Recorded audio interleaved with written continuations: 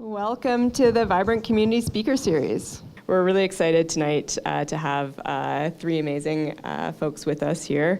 And we're going to be exploring innovation and design in affordable housing.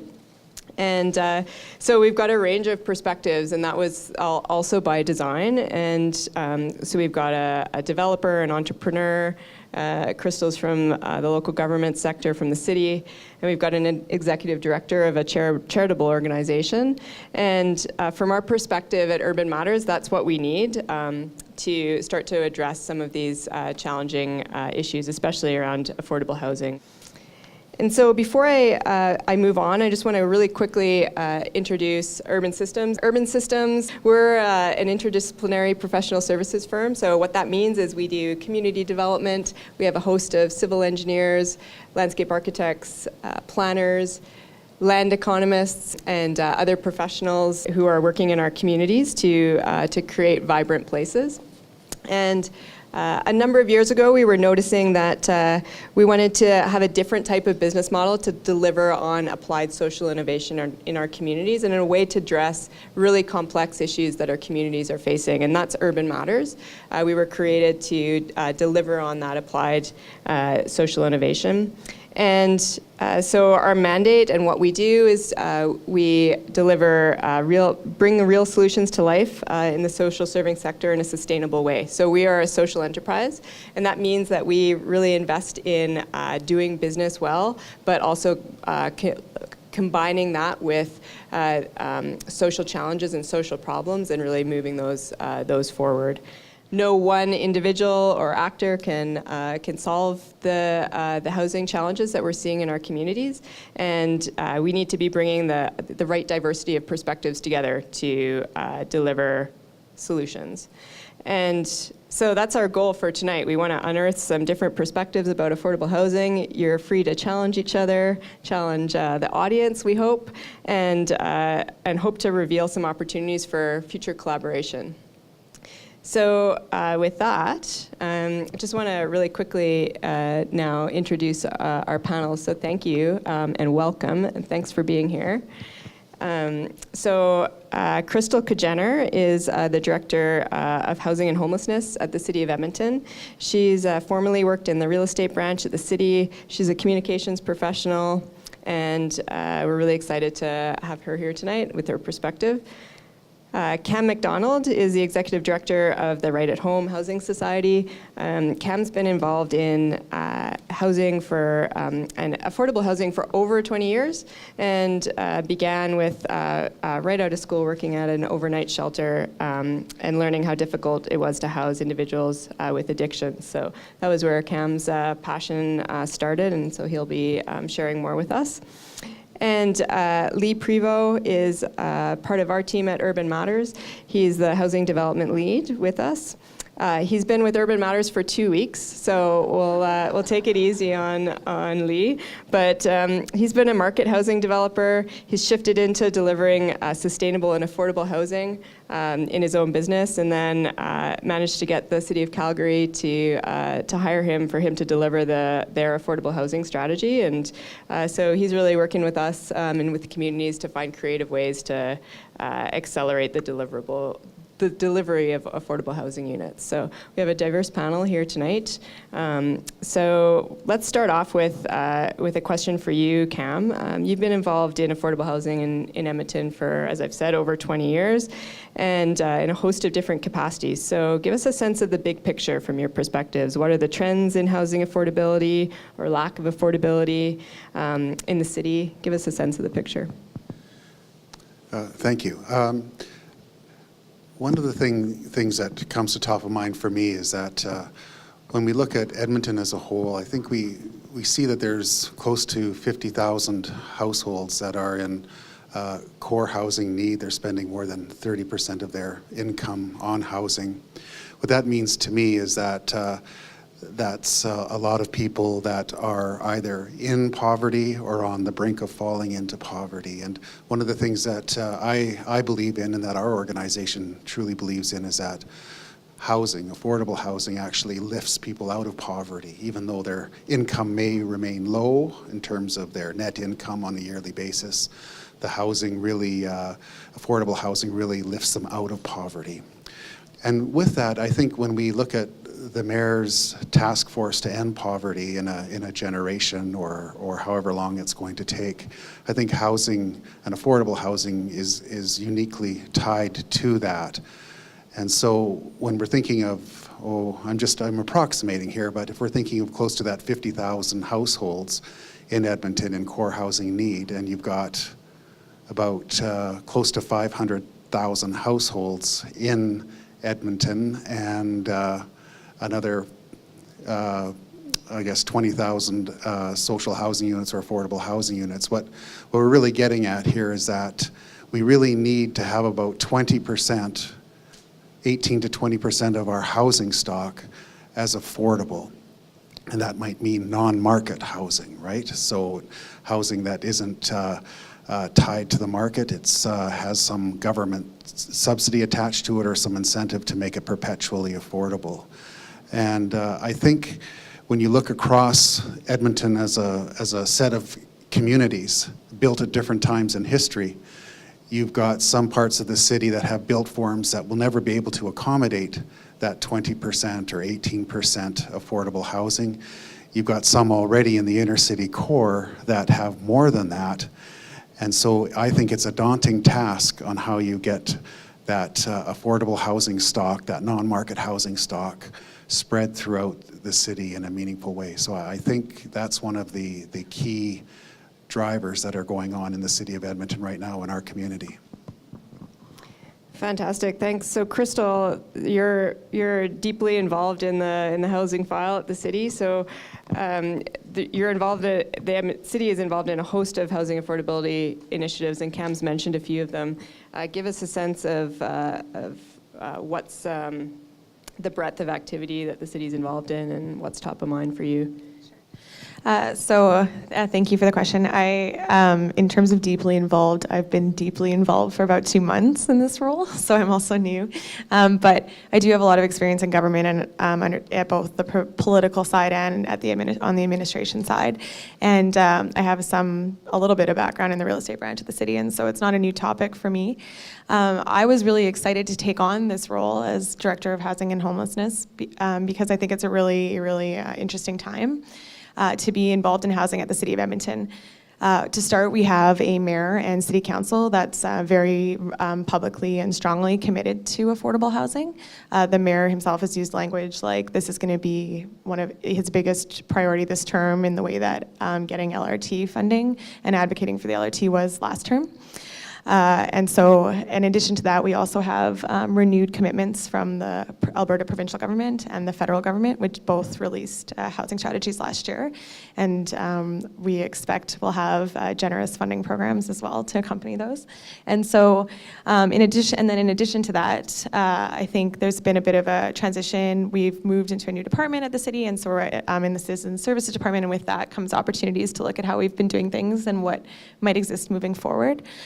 And so over the next little while, we have in just 2 weeks going to council on on June 18th is a new city policy called our Affordable Housing Investment Guidelines that will really spell out what we look for in the city of Edmonton when we fund affordable housing projects.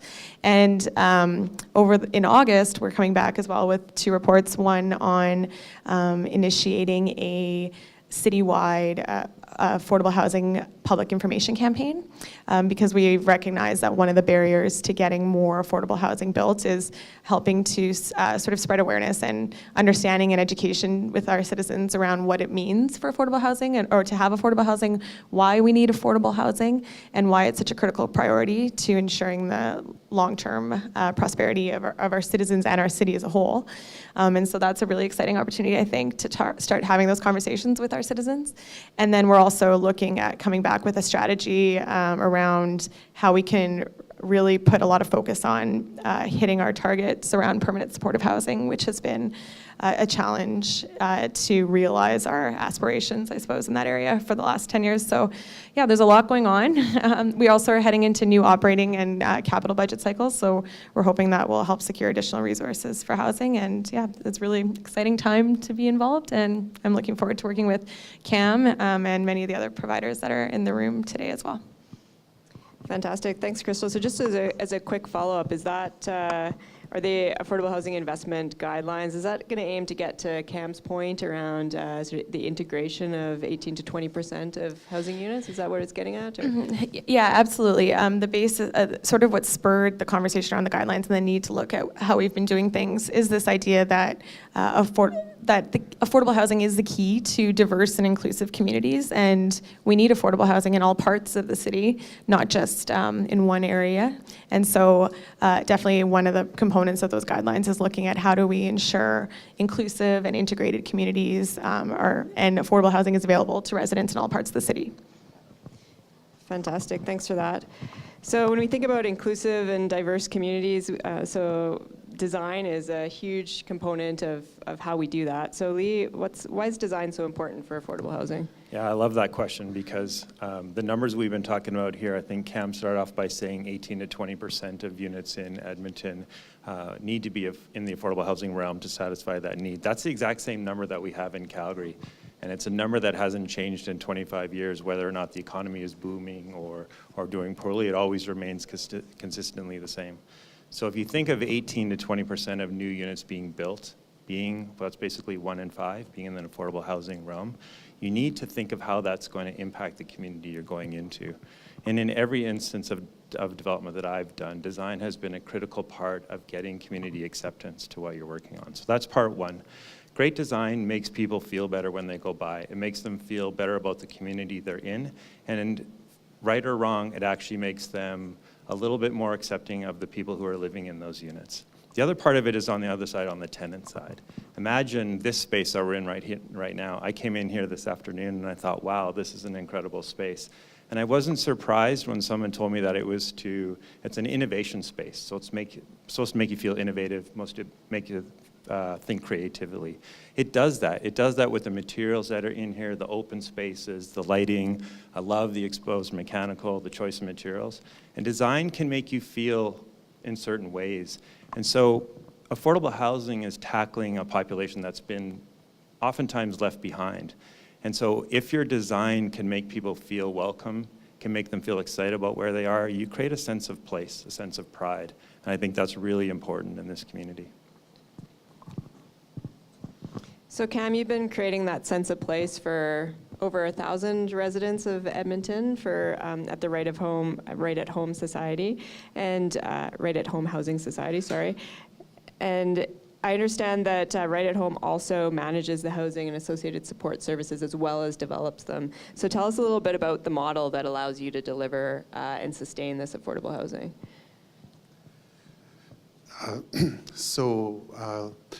We tackle this on two fronts. We're both a housing developer and we're also a provider of housing for vulnerable Edmontonians. And we go about this in a number of ways. So we have some older mixed income projects that generate some cash flow for us. And we're also a charity, so we do some fundraising.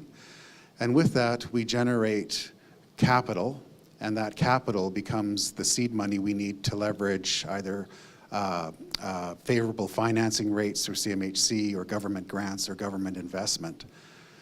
And through that, and that takes time, of course, we build new housing because we try and improve the housing stock in some of the older core neighborhoods in the city. But we're not tied exclusively to the older core neighborhoods. But when we can, we like to go in where there's derelict housing, tear down those derelict houses, and put in something that's going to be a decent, lasting legacy to the community for 50 or more years. So that's kind of the development side of it.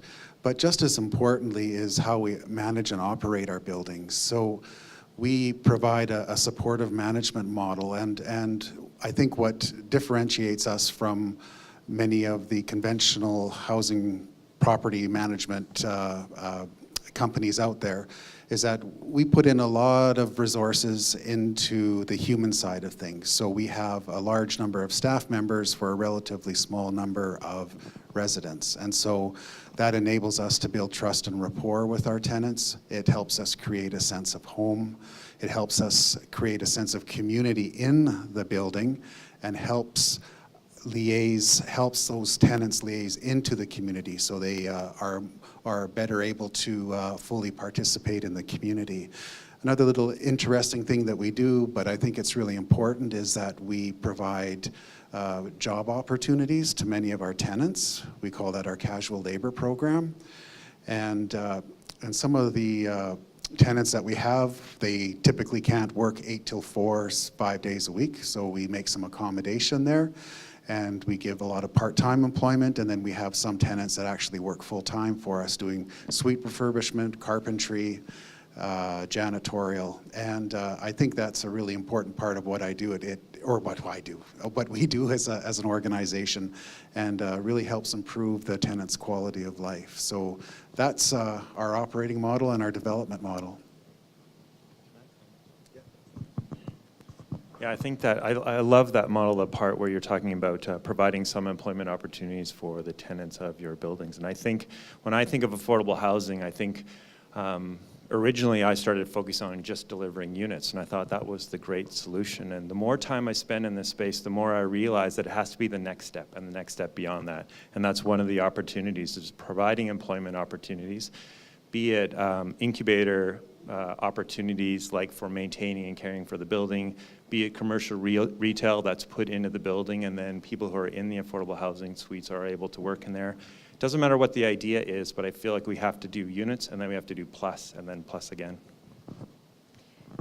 So getting into the sort of the plus space, I just want to follow up with you, Cam, just really quickly, and then we'll get into sort of what's working well in the model and why. And you know, there's still a huge housing need in Edmonton. So for you at Right at Home, what's challenging to get more units built? Where are your barriers? A couple of key barriers. One, of course, is finding developable land. Land is becoming so scarce, especially in some of the more mature neighborhoods. And it's not only scarce, but it's also becoming very, very expensive. So that in itself is very prohibitive for us to continue to move forward and build the amount of units that we'd like to build in the amount of time that we have to do it in a responsible way. So we continue to reach out to key partners like with the city or the province or other service providers and even church groups to see if we can find ways to leverage land resources to get more units built. The other thing too is when you're building infill, some of the zoning restrictions and the overlays, they can create, I wouldn't call them, well, let's call them roadblocks, but you can work around them a little bit. And I think a case in point might be something like the zoning for medium density high rise. That's your typical apartment you see in and around White Avenue or Nate, 4 stories, 30 units or so. And you know, you have these parking requirements and these height requirements. And really what you end up building, you can work around it a little bit if you're creative, but typically you would just build a small apartment, and then you have a large asphalt parking lot in the back and then some balconies. And you can't really create, I think, a meaningful family-oriented development that way. So I'm optimistic that the city is moving forward, making some changes to some of those zoning bylaws that will enable us to really be able to do good, creative, innovative infill design. Well, that's a perfect segue over to Crystal here. Crystal, are you changing the zoning bylaw? Well, actually, just a couple weeks ago, one of our councillors that's a sponsor for affordable housing, we have 2, Councillor Michael Walters and Councillor Scott McKean. Councillor Walters made a motion requesting administration to report back on a number of improvements that we could look at making with respect to zoning, specifically around affordable housing. And a lot of that was in no small part due to the concerns raised by Cam and others around unnecessary barriers.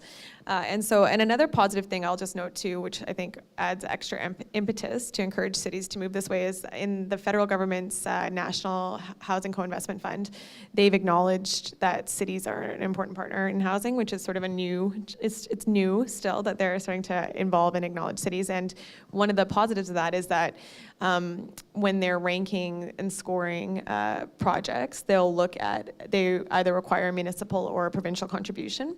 And in the case of municipal, they're willing to look at things like inclusionary housing or zoning, favorable zoning, expedited approval processes, and those sorts of in-kind contributions as well. So I think that that's hopefully going to encourage some creativity, not just in Edmonton, but across the country in terms of how we can expedite and make it even easier for, or make it easier for affordable housing to be developed. The timeline for development is so challenging, right? In terms of how long it takes to get a unit on board. Yeah, and I think the other challenge, the one obstacle that we'll need to work around and overcome is that often the zoning process is the primary point of engagement for communities with respect to development. And so there is a question around, you know, if you expedite approval or expedite the process, how do you ensure that you can maintain some degree of meaningful but appropriate, I'll say, in community engagement around affordable housing? And so that's one thing that we'll have to work through. But I'm definitely optimistic that there's improvements that we can implement that will make it easier. So.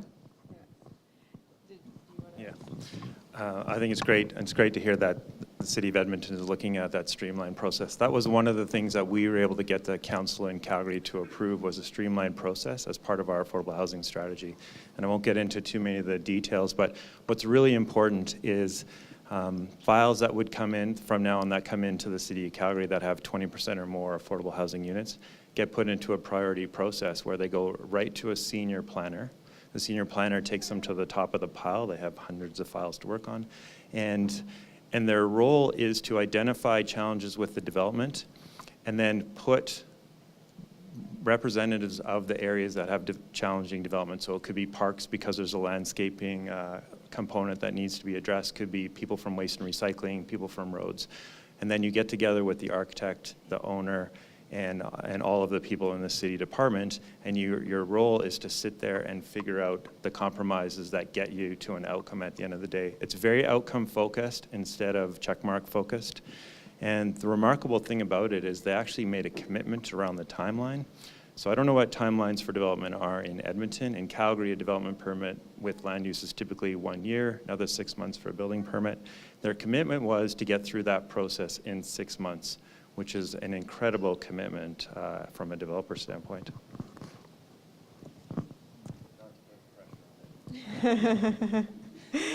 So, Crystal, I'm going to go back to you and just. I think I feel like we're picking on the city right now. So I don't want to keep picking on the city, but I think from our perspective, your 10-year plan to end homelessness 10 years ago was groundbreaking for a number of reasons at the City of Edmonton. So we know that the plan was groundbreaking, lots of successes. Maybe tell us some of the successes, and then maybe what's been most challenging about delivering on the 10-year strategy. Sure. So I think it was around 2008, under the leadership of our former mayor, Stephen Mandel, the city launched the Edmonton Homelessness Commission, which was responsible for developing and overseeing the first City of Edmonton, or Edmonton homeless. What was it? 10-year plan to end homelessness. There we go.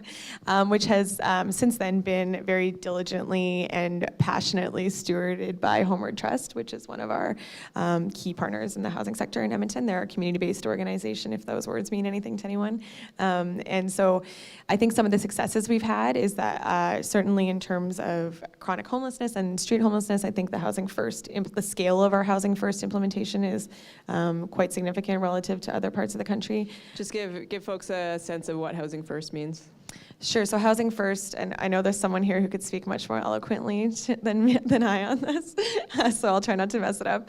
But essentially, Housing First is based on the principle that in order to help individuals who are experiencing homelessness and who are facing challenges, the most important thing is to get them housed so that you can start to work on some of the barriers that they might have faced to housing previously, or things, whether it's mental illness, or not having a job, or requiring skills.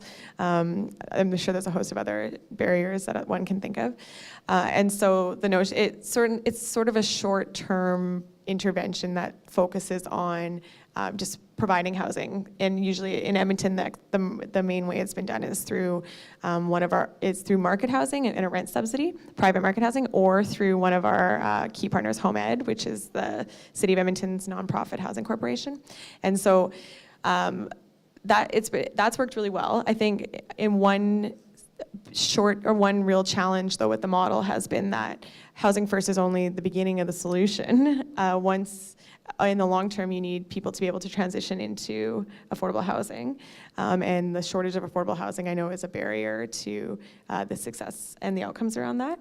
I think another challenge around the homelessness, the implementation of the strategy, and I really don't want to, I mean, we focus on the problems, but I definitely don't want to underestimate the impact. I know when Susan McGee, who's the CEO of Home and Trust, travels, lots of people are blown away by the progress that we've made in Edmonton around methodology on count, or whether it's that, or whether it's our housing first and the scale of and programming and different niche needs that we've met.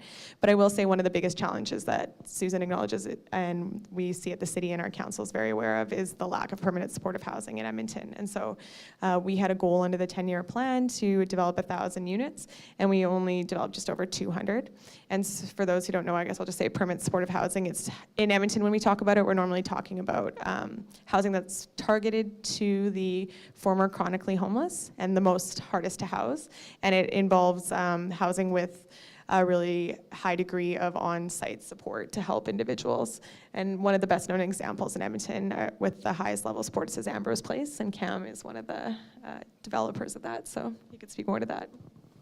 Nice. Cam, do you want to jump in and say anything about Ambrose Place? Yeah, Ambrose Place, I guess, would typically be called a permanent supportive housing building. And like Crystal's saying, we need about 800 more units. And typically, the permanent supportive housing buildings work well at about 40 units.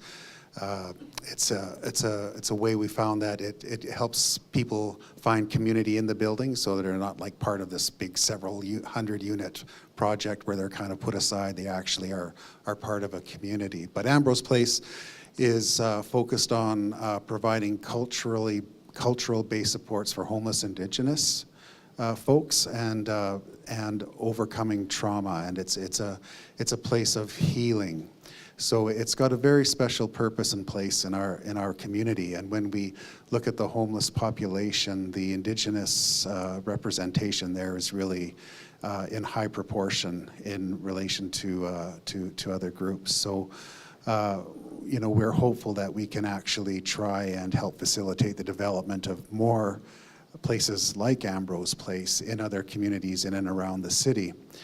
But that comes with a variety of challenges. They can be some challenges with the community, funding challenges in some cases, and appropriate locations. But it's a vital part of helping overcome the homelessness crisis in Edmonton. I wouldn't call it a crisis. Well, it is. It always is. If someone's homeless, it is a crisis. So I don't want to downplay the crisis that people are feeling when they are in that situation. Lee, you've been thinking about models that might help to overcome the delivery of units in this space. What's innovative and top of mind for you in how we accelerate the pace of development? Yeah, instantly my mind goes to the private sector. In Calgary, the private sector does some 100 times as many units every year as we do in affordable housing. And if we could tap into a percentage of that, say 10%, and have it be built as affordable housing, I think that's a really great place to start. It's also a really tough model. Operationally, market housing and non-market housing operates differently, and there are different requirements and different costs for things like for operating a building. I also like really innovative models. I feel like as municipalities, we can do more to make it easier to do alternative types of development, like modular development, sea-cans, shipping containers. I love those models because you can build with them on small or unusual parcels, remnant sites. You can do them fairly quickly, and you can do them in smaller numbers. And there are many operating models, of course, that need, I think you said 40 units is kind of the sweet spot. That's a pretty common figure. But still, I think there are ways to address some of it using alternative built forms. And then the other one I'm really interested in is heritage buildings. There's this, I like the opportunity to link two different kind of programs, one which is heritage restoration, the other which is affordable housing. I think they play very well together in sort of a sense of place. And I think it really makes sense for those two operational models to work together. That's some of them. So we're talking a lot about sense of place, and we're getting into citizens and how citizens respond to affordable housing. And Crystal, maybe we'll start with you in terms of, can you tell us a bit more about the public education campaign and what the city's hoping to achieve out of that campaign? Sure. So I think the conversation around housing has been, to some degree, dominated in Edmonton over the last little while around the need to make sure that there is housing in all parts of the city.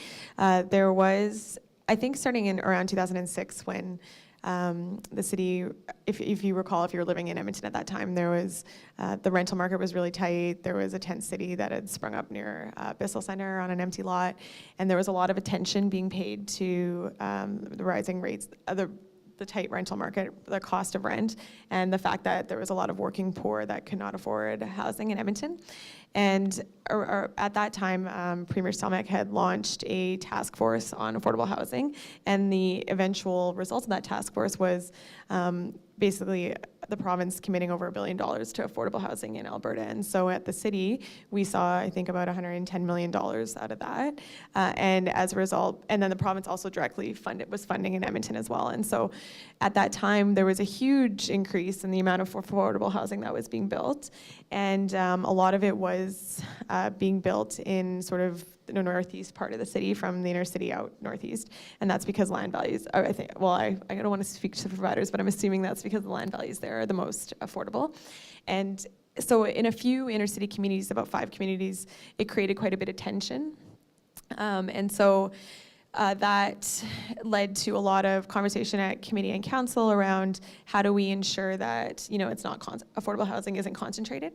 I think it's important, though, to note that in Edmonton, those communities, I think affordable housing was being used as a proxy for a whole host of issues, social issues. So things like homeless people accessing temporary support, so shelter spaces, the concentration of poverty, legitimate concerns if you look at the demographics of some of these communities. And so that sort of spiraled into this conversation around a funding pause. And so a lot of that, and I will say too, I think the launch of the 10-year plan also kind of created this notion that affordable housing is about ending homelessness, and it's about homeless people all the time. And so I think when people would hear affordable housing, often they would think, they would think of the sort of image in their mind would be that of a chronically homeless person, and that was unappealing to them in their community and so there's a lot of misconceptions out there around who is served by affordable housing, why it's important, and the reality of that the people that are creating social disorder in these communities aren't the people that require affordable housing. It's the people that prey on marginal groups of people and people that are, homelessness are amongst the most vulnerable. So I think there's a lot of opportunity to challenge some of those misconceptions and just to clarify exactly what we're talking about. And another way that so that's really going to be the essence of the marketing campaign. Lee, you've got a design approach to sort of challenging some of these misconceptions in communities. Can you give us a sense of what that would look like? How would design help us kind of have a conversation with citizens in a different way to challenge some of the misconceptions Crystal's talking about? That's a really interesting question. I think where I'd start that response is how we approach communities is one of the most critical parts of getting acceptance around affordable housing. I've gone into communities with a typical private sector approach, which was, here's the building I've designed, and this is the lot that I bought, and this is where I'm going to build it.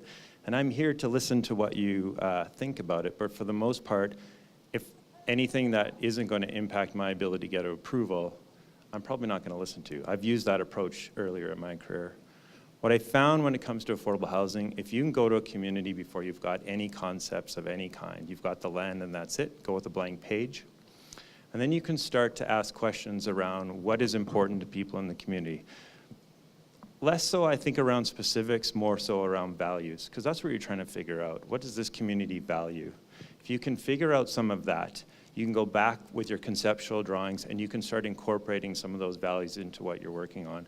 Inevitably, I learned that those values align very closely. There are very few things that get asked for from a community that if you start early enough, you can't in some way address in your development. So I think that's a really easy place to start and start building trust and then ultimately gain acceptance in your community. Cam, does that align with your approach to developing housing? How's that gone in your? Yes, I fully agree with the previous comments. And one of the things that I've learned is that when you're talking about zoning and building apartments and developing, we often hear that you're talking about land use, and you're not talking about the people that might be moving into the building.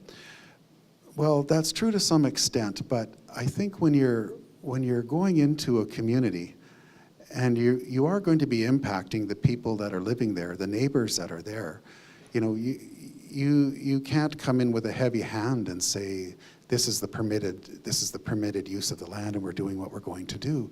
That you're just not going to have a positive, enduring relationship with the people in the community. You want to be community-based, and you want to have people accepting what you're doing. And I think what happened, we can look at a case in point in the community of North Glenora in Edmonton, and where we developed on some church land some net zero townhomes for new Canadian families. And what we started to hear in the community is that they valued environmental sustainability, they valued social justice, but they also were sensitive to things like density and those sorts of typical land use questions. And through conversations over time, you work with leaders in the community and neighbors, and a sense of trust does build up. But you say, okay, yes, we can build something that's environmentally responsible, and and you are sponsoring a refugee family, and we could build something, and we could provide a unit there, and you could continue to support that family, and so it worked really well, and over the time, I think we had a community that they started to call themselves YIMBYs instead of NIMBYs. What's a YIMBY and what's a NIMBY? Oh, Give us a sense. well, yeah, we hear it quite often now, but the not in my backyard folks, and then.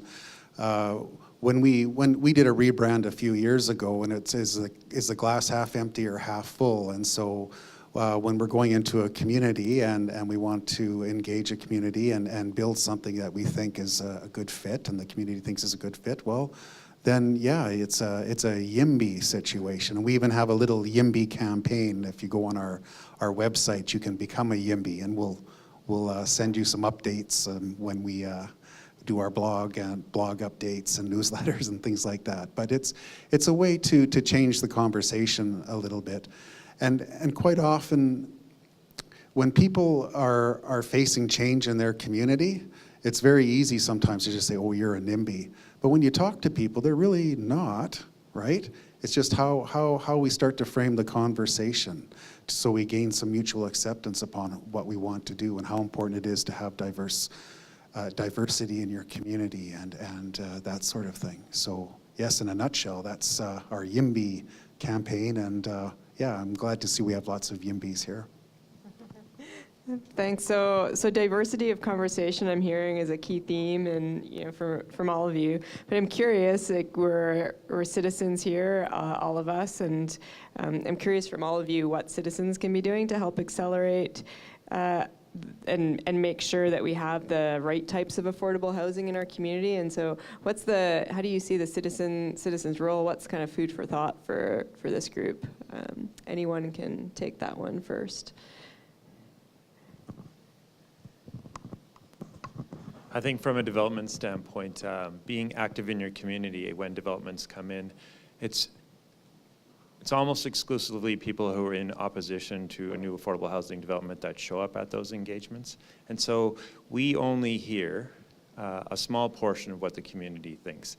And for good reason. I think a lot of people stay silent because often the opposition is very loud, it's very aggressive, and it's very intimidating. But we find incredible success when we find somebody who is accepting of affordable housing and they become a champion in their community and they talk to their neighbors. So if it's something you're interested in, if you can participate in those events and then talk in the background to your neighbors. You don't have to speak at those events because I think it's very intimidating. But it's really what goes on in the background and letting people know the facts of how you understand them, what the real impacts are to your community. Yeah, and I guess just to build on that, in addition to being a champion at the local community level, I think there's also an opportunity at the policy level when you're, in terms of, whether it's council or a provincial government or federal representatives, we need all three levels to be committed to affordable housing. And so I think it's also just talking to your friends and your family and your coworkers and anyone that'll listen about why this is an important thing in our community and why, Edmonton is still growing as a relatively small city, but we can look at examples from across the country where, you can read articles. There's just an article last week I was reading what planners in Vancouver wish they knew 20 years ago. And I feel like in many ways, Edmonton is in a position right now to benefit from some of those lessons. And all the lessons were around housing affordability and why didn't we plan for it better? Why didn't we, speak up more when we had the time or when we had the opportunity and say no, we need to be really focused on this. And so I think, in addition to the community leadership, there's an opportunity for policy leadership when you're talking to your friends, family, coworkers, and elected representatives. Nice. Cam, any thoughts? Just a quick follow-up comment and about citizens being leaders in the community. And just going back to the North Glenora development, we really needed leadership in that community, key neighbors that believed in what we were doing, and I think they went and did so much in order to bring the larger community on side with what we wanted to do. Without them, we wouldn't have had the success that we had with that project. So, yes, people can facilitate change, and go for it. So we'll getting to the end here of the time that we have, but I want to ask, for your radical ideas. So this is your last chance. We want to end off on what you're most hopeful for, but also what's the thing that's going to be pushing us to get to where we need to are the most radical kind of perspective. So what's top of mind in terms of where you're thinking we need to be going, or what's the radical hope for you? You're asking the shy guy to come out and talk radically here. I think it's the public engagement, I think, really, and I don't know how radical that is, but I think it's something that we need to do as leaders in the community to get the conversation going around why it's so important to have diverse communities and why it's okay that there's an affordable housing project next door, or there's some affordable units in that particular apartment complex. And how housing really is transformative in people's lives. And we don't often hear about housing as being transformative. We often hear in the political conversations how important it is for infrastructure, schools, hospitals, and healthcare. But if we want to really get radical, let's include our homes, our housing in our communities as part of that discussion. So it gets the same value as those other very important things that are very politically important to us. Sounds like you're also kind of shifting some of the model there in terms of how we conceptualize our communities. So you're fairly radical from where we're sitting. Crystal, what's top of mind for you? Sure, and obviously, you're asking a bureaucrat here, so we don't really think radically. However, I think what I would say in terms of what I'm really excited about and what I think is an opportunity that I'm most looking forward to exploring is how, on a personal level, I should say, is how, to Lee's earlier point, how design can really improve and make affordable housing something that's not only better for the residents, but also more acceptable to communities. We used to have this thing at the city that we'd put into stuff all the time, like, and it must be equivalent to in design to market housing, or indistinguishable from market housing is what we'd always say. But I think we can do better than market housing. I think it may be counterintuitive to think that you can have beautiful, affordable housing because that means it needs to be expensive, but I don't actually think that's the case. I think investment up front in the planning process and careful attention to how we design things can go a long way in ensuring that you end up with a really great product at the end. And one thing that I've been really inspired by is the City of Edmonton's city architect, Carl Boulanger. He has been really pivotal in advancing this notion that if government money is going into a public building, and it should be standing the test of time, and it should set the bar higher, and it should really contribute positively in all aspects, and especially in the way it looks. And as a result, we've seen some really awesome, amazing projects built in Edmonton recently. We just got a Governor General's Award for one of our park pavilions, which is the first one Edmonton's had in 20 years, which is kind of nuts. And so I think it's going to be really important to work with our providers and see how we can do it, but Carl has lots of ideas about what we could do on the affordable housing side, and if it means a little bit more investment up front, I think that's definitely something that we're ready to explore. Fantastic. Lee, that's a good segue for you. I'm really excited to hear actually what's going on in Edmonton. It sounds like when I think of all the levers that need to be pushed in order to really change the model for delivering affordable housing, they're all being talked about here, and so that's really exciting. If I was to say what there were some really good ideas here that I kept thinking of, and then they came out from Crystal. So I'd say this. I don't think affordable housing can necessarily be solved by the public sector. I think it's from the private sector. So if there's some way to give certainty through the planning process, through how we fund, through the experience when we go to communities, some level of certainty so that what we do fits into the private sector delivery model. There are so many challenges for private sector developers on how they borrow money, on the return they're mandated to make by their shareholders. If we can find a way to make a more certain process, I bet you we will get a lot more involvement from the private sector. We've touched on a whole host of issues: public engagement, design, public sector involvement, private sector involvement. So want to leave you with some things to think about. Please talk about it amongst yourselves. Come up to us afterwards. Engage in the conversation. There's drinks outside, lots of times, and food. Lots of time to sort of engage in some more one-on-one and intimate conversation with us and with all of the speakers. But I do really want to thank Cam, Crystal, and Lee for taking the time tonight to join us and come out to the Vibrant Community Speaker Series with us tonight. On behalf of Urban Systems and Urban Matters, I just really want to thank you again for coming out tonight, and we'll welcome some conversation over food and drink. Thank you.